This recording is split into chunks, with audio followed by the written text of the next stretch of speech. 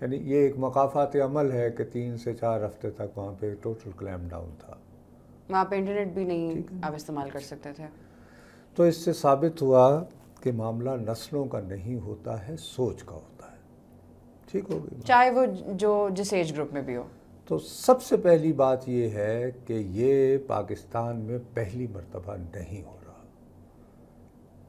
پاکستان بننے کے 3 سے 4 سال بعد ہی ایک کھچڑی پکنا شروع ہو گئی تھی. وہ ایک جنرل صاحب ہوتے تھے، اکبر صاحب، وہ ان کو یہ توقع بھی تھی کہ وہ شاید آرمی چیف بنائے جائیں گے. وہ بنے نہیں، ایوب خان بن گئے. اور پھر یہ کہ گلہ تھا ان لوگوں کو کہ جی کشمیر آزاد ہو سکتا تھا 1948 میں، لیکن وقت سے پہلے فائر بندی پہ پاکستان تیار ہو گیا. تو آئیڈیا تھا کہ لیاقت علی خان صاحب کی حکومت کا تختہ الٹ کر تو ایک انقلابی حکومت بنائی جائے گی جو چین اور روس کی طرح سوشلزم اور کمیونزم وہ والی اسکول آف تھاٹ پہ چلیں گے. تو وہ بہت مشہور کیس چلا، پنڈی سازش کیس. اس میں جنرل کا عہدہ ہی نہیں، بہت 2 3 4 5 بریگیڈیئر، پھر میجرز، کرنلز، حتیٰ کہ پھر ساتھ میں بہت سارے سویلین، جن میں سے ایک بہت مشہور نام ہر ایک جانتے ہیں، فیض احمد فیض صاحب بھی تھے. یہ وہ والے فیض نہیں ہیں، یہ دوسرے والے فیض ہیں. جی یہ وہ والے ہیں. اب اتفاق ایسا ہے کہ ابھی جو فیض صاحب جو پکڑے گئے ہیں، مجھے لگ رہا ہے کہ یہ بھی کوئی پنڈی سازش کیس بن رہا ہے. ہر چیز پنڈی پہ ہی آ کے کیوں ختم ہوتی ہے؟ کیونکہ پنڈی میں طاقت کا سرچشمہ بیٹھا ہوا ہے. جو ہمارا سب سے بڑا طاقتور ادارہ ہے وہ پنڈی بیسڈ ہے. It's as simple. تو یہ آپ کو لگ رہا ہے یہ دوسرے والے فیض کے ساتھ وہی ایپیسوڈ ریپیٹ ہو رہی ہے؟ مجھے یہ محسوس ہو رہا ہے، ہو سکتا ہے میں غلط کہہ رہا ہوں، کیونکہ اس میں بھی معاملہ صرف فوج تک محدود نہیں ہے. معاملہ اگر فوج تک محدود ہوتا تو پھر ذوالفقار علی بھٹو صاحب کے زمانے میں بھی ایک مشہور زمانہ کیس ہوا تھا جس کو اٹک کانسپریسی کیس کہتے تھے، جس میں ایک بہت مشہور صاحب بھی انوالو کیے گئے تھے جن کا نام تھا راجہ نادر.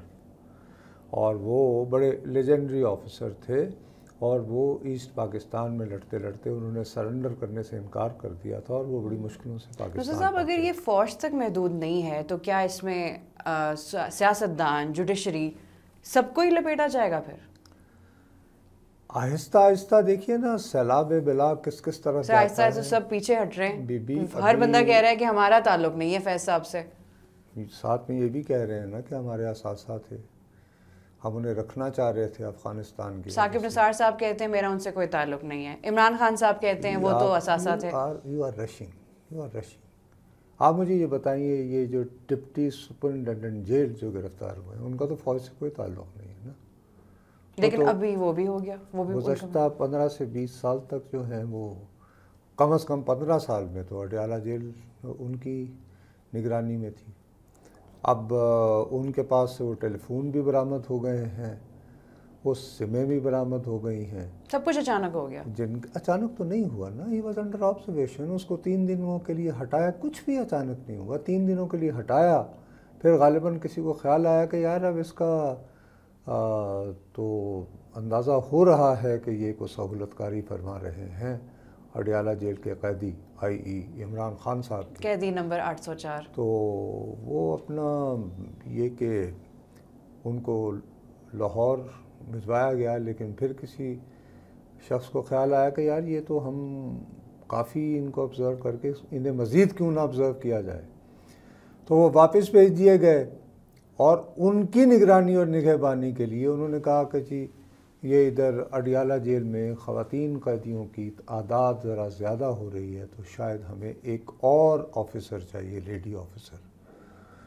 وہ تعینات ہوئیں اور وہ انہوں نے ان کو کسی طرح ملوث کر کے تو اپنا وہ ان سے سارا مطلب کہ ان پہ نگاہ رکھ کے پتہ چل گیا کہ انٹروگیشن کی اور سارا انٹروگیشن نہیں، the lady watched him and took him into confidence وغیرہ وغیرہ. اچھا مطلب جیسے انڈر کور آپریشن سمجھ لیں آپ کا وہ کر کے تو اس میں یہ ہے کہ آپ اور میں جیسے جانتے ہیں کہ اس میں آپ سم ڈال لیں ایک مرتبہ اور پھر سم نکال دیں تو وائی فائی آپریٹ کر رہا ہو تو آپ واٹس ایپ کالس بھی کر سکتے ہیں اور میسیج بھی کر سکتے ہیں، بیکاز اس کا تو نیٹ سے تعلق ہے، اس کا نمبر سے تو ہے نہیں. تو ان کے فون وغیرہ بھی پکڑے گئے ہیں، اہلکار بھی پکڑے گئے ہیں. تو مقصد یہ ہے کہ معاملہ ابھی سے ہی فوج تک تو محدود نہیں رہا نا. ابھی تک جو گرفتاریاں ہوئی ہیں ان میں اب جیل کے حکام بھی آ گئے ہیں.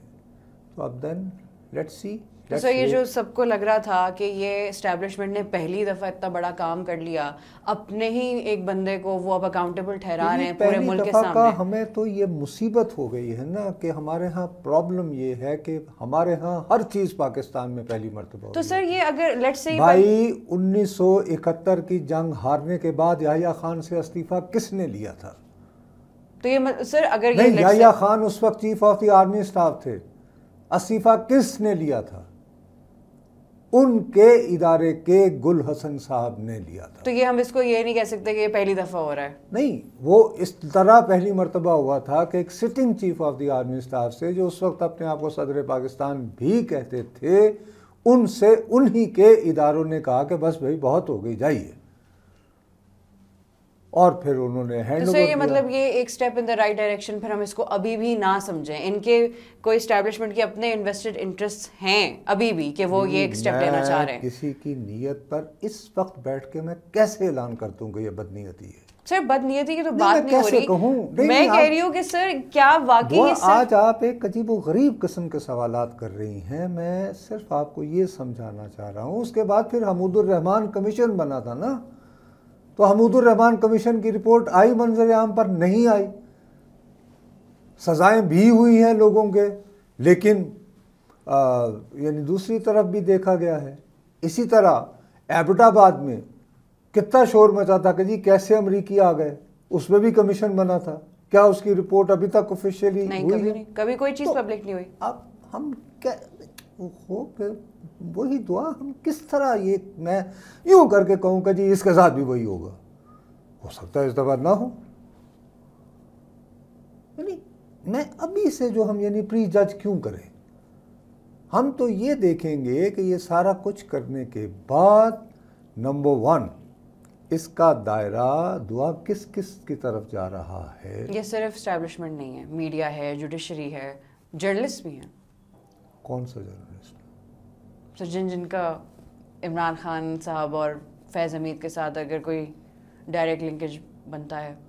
سر میڈیا بھی تو کافی ٹائم رہا ہی ہے ان باتوں کے کنٹرول میں.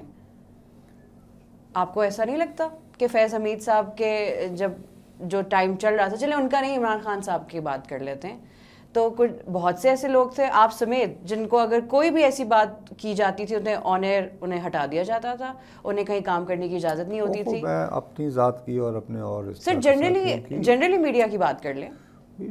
اپنی ذات اور ہمارے اور بھی بہت سارے ساتھی جو کہ یعنی پل آؤٹ کیے گئے، میں ان کا ذکر نہیں کرنا چاہتا. ہوئے بہت انہوں نے مینیپولیٹ کرنے کی کوشش کی اور ایک خاص ایک نسل تیار کی میڈیا میں، لیکن وہ کرائے کے قاتل تو ہر دور میں نصیب ہو جاتے ہیں ہر حکومت کو. میرا نہیں خیال وہ اتنی امپورٹنٹ بات. یہ اب ہم کہتے زیادہ شوق سے کہ پہلی دفعہ ہو رہا ہے، پہلی دفعہ ہو رہا ہے، ہوتا رہا ہے ہر دور میں. ہر دور میں جی کرائے کے قاتل ہر ادارے میں ملتے رہے ہیں. اور میں اسی لیے میں کہہ رہا ہوں کہ اس وقت ہمیں نہ ڈھول بجانے کی ضرورت ہے. It's a developing story. اس ڈیولپنگ سٹوری پر نگاہ رکھیں اور یہ امید رکھیں. اور اس سب کا آخر مقصد کیا ہونا چاہیے؟ اس سب کا آخر مقصد یہ ہونا چاہیے کہ سیاسی معاملات جو ہیں خدا کے لیے سیاسی جماعتوں کو چلانے دیں، نمبر 1. اور نمبر 2، یہ ملک جمہوریت کے لیے بنا تھا، وہی رہنے دیں اور اس کو چلنے دیں. اور سیاسی جماعتیں جو ہیں وہ جمہوریت کی بیسک کلید ہوتی ہیں. خدا کے لیے سیاسی جماعتوں کو توڑ ان کی نیچرل ڈیتھ مرنے دیں. کسی بھی حکومت کو 5 سال پورے کرنے دیں، پھر اگلے الیکشنز پہ آئیں، بھائی ڈیموکریٹک اگر پروسیس 5 سٹارٹ سال کرنے دیں. پورے کرنے کے قابل نہیں ہیں تو عوام کو حق دیں کہ وہ سڑکوں پر آ کر اس کو نکالیں، جیسے حسینہ واجد کو نکالا. یہ بھی کوئی نہیں ہے نا کہ چونکہ آپ کو 5 سال مل گئے تو اب آپ بادشاہی کرتے رہیں، آپ فرعونیت پر اتر آئیں. حسینہ واجد کو بھی تو پھر ٹیکنیکلی 5 سال مل گئے تھے نا. لیکن وہاں کے لوگوں نے بس کہہ دیا انف از انف، بس تو ان کو آگے کرنا میں عرض یہ کر رہا ہوں اگر اس سارے سے یہ سبق سیکھ لیا جائے کہ اگر فوج ڈکٹیٹ کرے گی تو پھر اس کے اندر سے ایسے لوگ پیدا ہوں گے جو متوازی سسٹم چلائیں گے، اور ملک میں بجائے ایک یکسوئی اور استحکام کے ابتری اور خلفشار زیادہ بڑھے گا۔ تو ہمیں کھلے دل کے ساتھ پری جج کیے بغیر یہ دیکھنا چاہیے کہ یہ ڈیولپنگ سٹوری کس طرف جاتی ہے، اور اس خواہش، تمنا اور دعا کے اظہار کے ساتھ کہ یا اللہ اس سے ہم کو سبق سیکھیں اپنے ملک کی بہتری کے لیے اور اسے مستقبل کسی کے ساتھ سکور سیٹل کرنے کے لیے نہیں، صرف ملک کی بہتری کے لیے، اسٹیبلٹی کے لیے۔ چلیے نصرت صاحب، دیکھتے ہیں اگلے ہفتے تک اس ڈیولپنگ سٹوری میں اور کیا کیا ڈیولپمنٹس آتی ہیں، but let's hope for the best.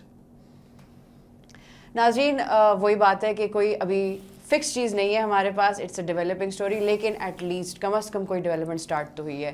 بات لیکن وہی ختم ہوتی ہے کہ اس ملک میں ہر ادارہ اپنا ہی کام کرے، کہیں اور انٹرفیئر کے بغیر، تبھی بہتری آ سکتی ہے۔ لیکن دیکھتے ہیں کہ اگلے ہفتے تک کیا کیا ڈیولپمنٹس ہو چکی ہوں گی اور کیا نہیں ہونے جا رہی ہیں۔ اب تک کے لیے اتنا ہی۔ وی نیوز سے میں ہوں دعا ابصار، ملتے ہیں اگلے ہفتے۔ اللہ حافظ۔